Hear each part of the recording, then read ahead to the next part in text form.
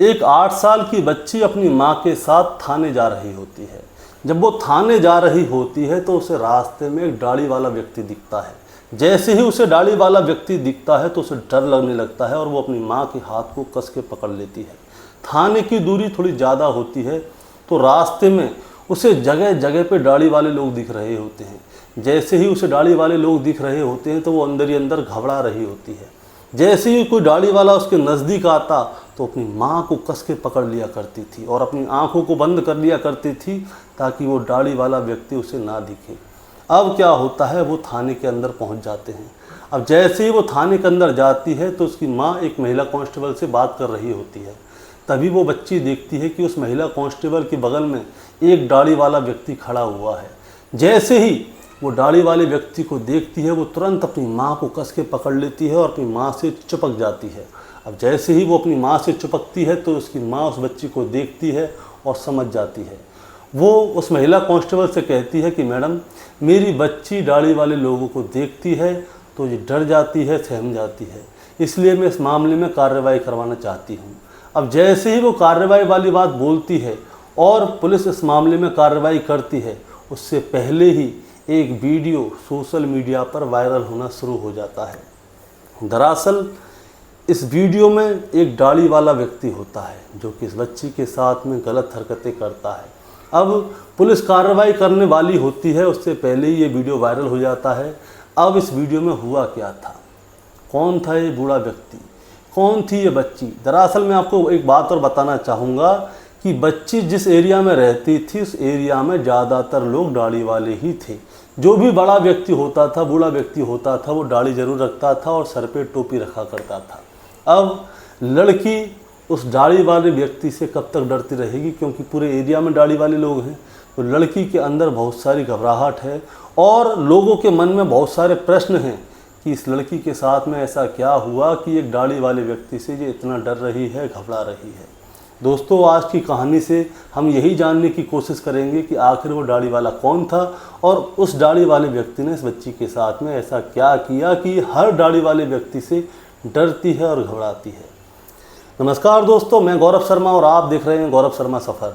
दोस्तों, आज की जो सच्ची घटना मैं आपको सुनाने जा रहा हूं, ये सच्ची घटना है उत्तर प्रदेश की कानपुर सिटी का एक मोहल्ला होता है ग्वार टोली। ये घटना है 9 अगस्त 2024 की शाम के लगभग 7:30 बजे का समय रहा होता है। 8 साल की एक बच्ची होती है जो कि अपने घर के बाहर खेल रही होती है। ये बच्ची अपने घर के बाहर खेल रही है। एक मौलाना होता है जिसका नाम होता है मौलाना मुख्तार। दरअसल दोस्तों, ये मौलाना नहीं है, इससे सिर्फ मौलाना कहते हैं। इसकी वजह ये थी कि ये मौलाना दिन में 5 बार मस्जिद जाता था, मस्जिद में जाके नमाज़ पढ़ता था, इसलिए इससे लोग मौलाना बोला करते थे। इसका पूरा नाम है मौलाना मुख्तार उर्फ मौलाना चचा, क्योंकि इसको आसपास के लोग क्या है, मौलाना चचा के नाम से ही जानते हैं। ये मौलाना क्या करता है, एक दुकान पे जाता है, दुकान पे जाके एक चॉकलेट लेता है। उसके बाद में ये उस बच्ची के पास जाता है जो बच्ची अपने घर के सामने खेल रही थी, जिसकी उम्र 8 साल थी। वो उस बच्ची के पास जाता है, उसके सर पे हाथ फेरता है और बड़े प्यार से उससे बोलता है और उसको चॉकलेट देता है। वो बच्ची उसे जानती थी क्योंकि वो पड़ोसी था।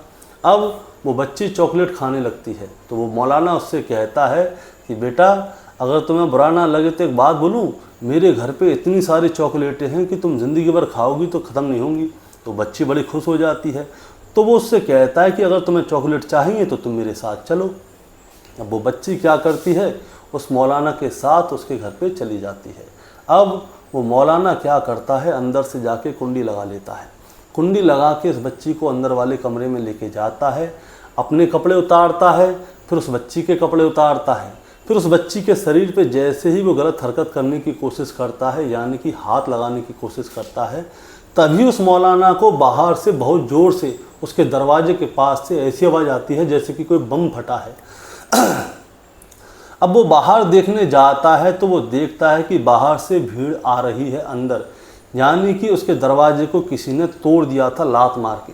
अब वहाँ पे लोग अंदर आते हैं, तुरंत उस मौलाना को पकड़ लेते हैं, जहाँ पे कि वो बच्ची होती है वो मौलाना होता है। अब मैं इस मौलाना के बारे में आपको मैं बताना चाहूँगा दोस्तों। इस मौलाना की उम्र थी 70 साल। एक आंख खराब थी, सर के ऊपर टोपी थी और बड़ी लंबी दाढ़ी थी। लोग इसकी बहुत ज़्यादा इज्जत किया करते थे। लेकिन आज ये मौलाना उस बच्ची के साथ में गलत काम कर रहा था, उसके साथ गलत हरकतें कर रहा था। वो बच्ची जिसकी उम्र 8 साल थी, उसे कुछ भी नहीं पता था कि आखिर उस मौलाना ने अपने कपड़े क्यों उतारे, इस बच्ची के कपड़े क्यों उतारे, इसके साथ वो क्या करना चाहता था, क्या नहीं करना चाहता था, उस बच्ची को कोई भी जानकारी नहीं है। अब क्या होता है, वो लोग इस मौलाना को आके पकड़ के मारने पीटने लगते हैं। अब जैसे ही वो लोग उस मौलाना को पकड़ रहे थे, मार रहे थे, पीट रहे थे, तो क्या होता है, वो मौलाना उन सबके सामने हाथ जोड़ने लगता है, दुहाइयाँ मांगने लगता है। वो कहता है कि मैं तो तुम्हारा अपना ही हूँ, मैं इस बच्ची के साथ में कोई भी गलत हरकत नहीं कर रहा था। दरअसल इस बच्ची ने मेरा मोबाइल चुरा लिया है, इसलिए मैं इसकी तलाशी ले रहा था।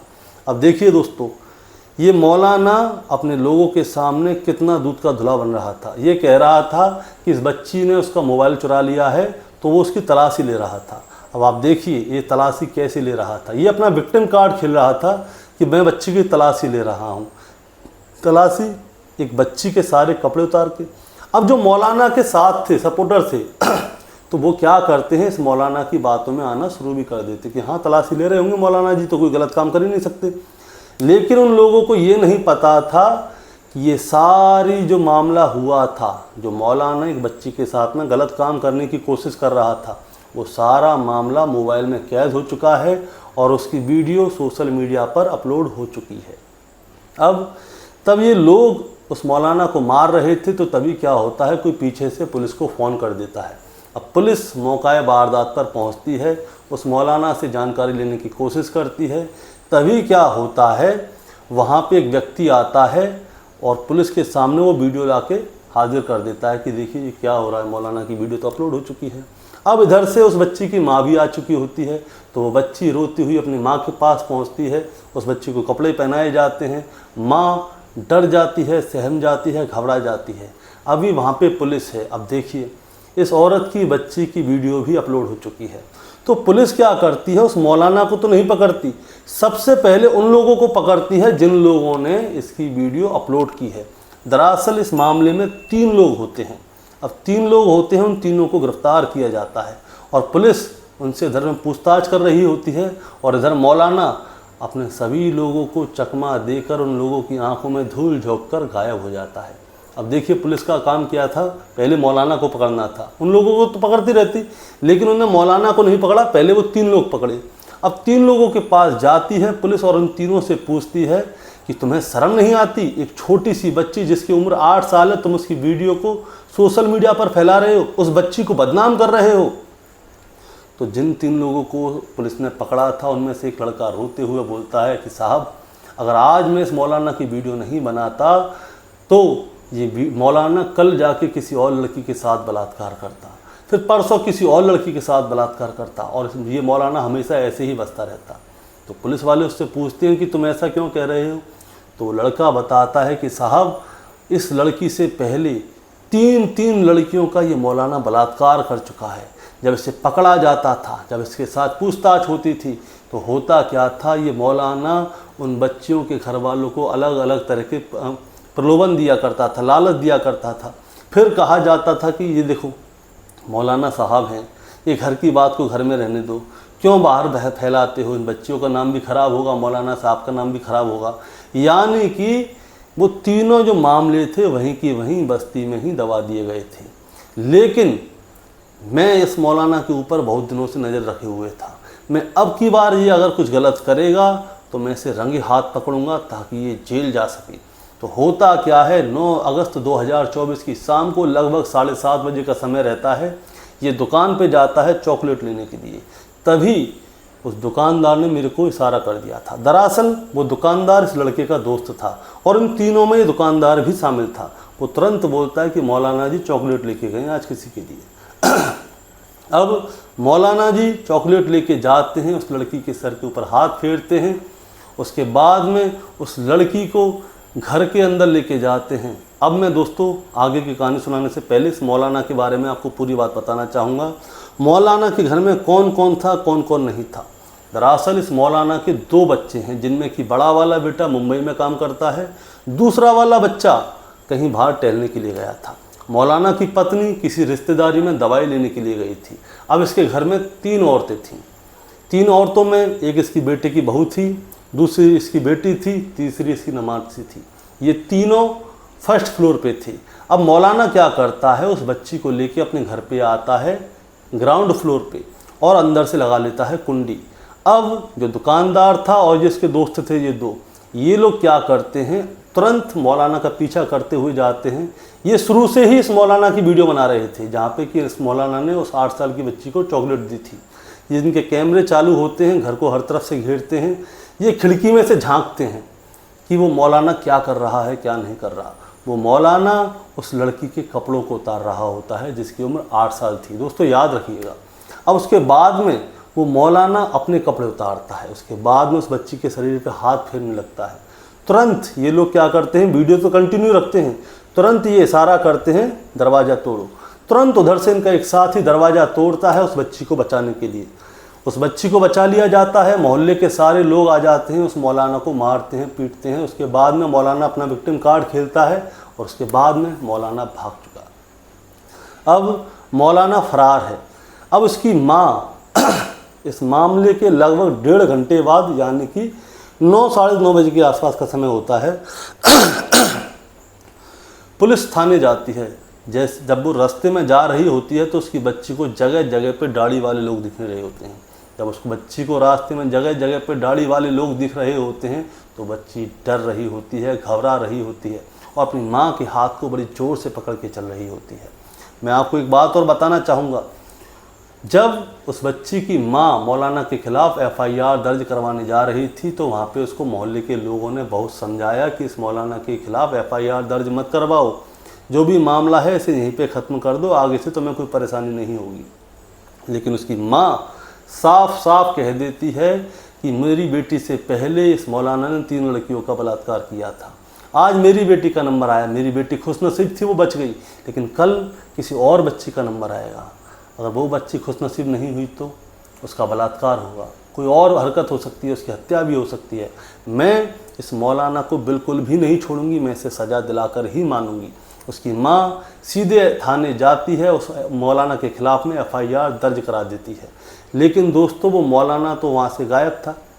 अब पुलिस जगह जगह पे उस मौलाना को ढूंढती है। अब मौलाना को जगह जगह ढूंढ रही है लेकिन पुलिस नहीं मिल रही, वो मौलाना नहीं मिल रहा। तो पुलिस क्या करती है, अपनी 5 टीमें गठित करती है। इसके रिश्तेदारी में इसके फ़ोन को टैप किया जाता है, हर जगह से इस मौलाना को घेरने की कोशिश की जाती है। फिर जाके 12 तारीख की शाम को इस मौलाना को इसके एक रिश्तेदार के यहाँ से गिरफ्तार कर लिया जाता है।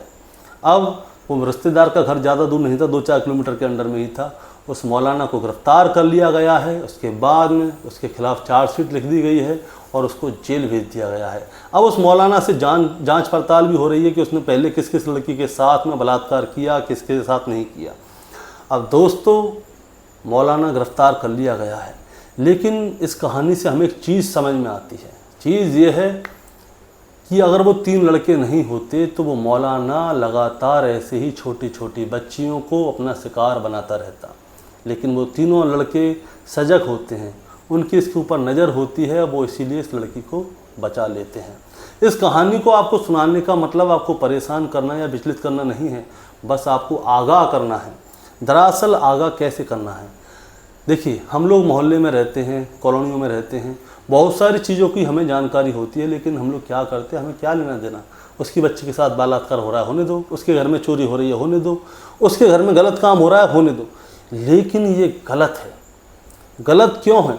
आज उसकी बच्ची के साथ में बलात्कार हो रहा है, आप नहीं बोल रहे, कल किसी की बच्ची के साथ हो सकता है, आपकी के साथ भी हो सकता है। इसीलिए हमको सजग रहना पड़ेगा इन 3 लड़कों की तरह, ताकि आगे जाके कोई भी, चाहे मौलाना हो चाहे कोई भी हो, ऐसे कोई गलत काम ना कर सके।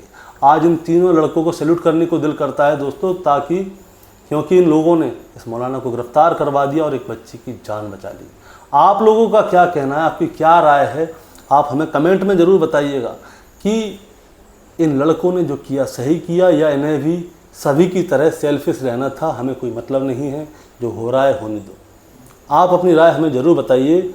और एक और बात, अगर आप ऐसी और भी कहानियाँ सुनना चाहते हैं जो कि रोज़ाना सच्ची घटनाएं हो रही हैं, उनके बारे में हम रोज़ाना शाम को 8 बजे एक रिपोर्ट लेकर आते हैं।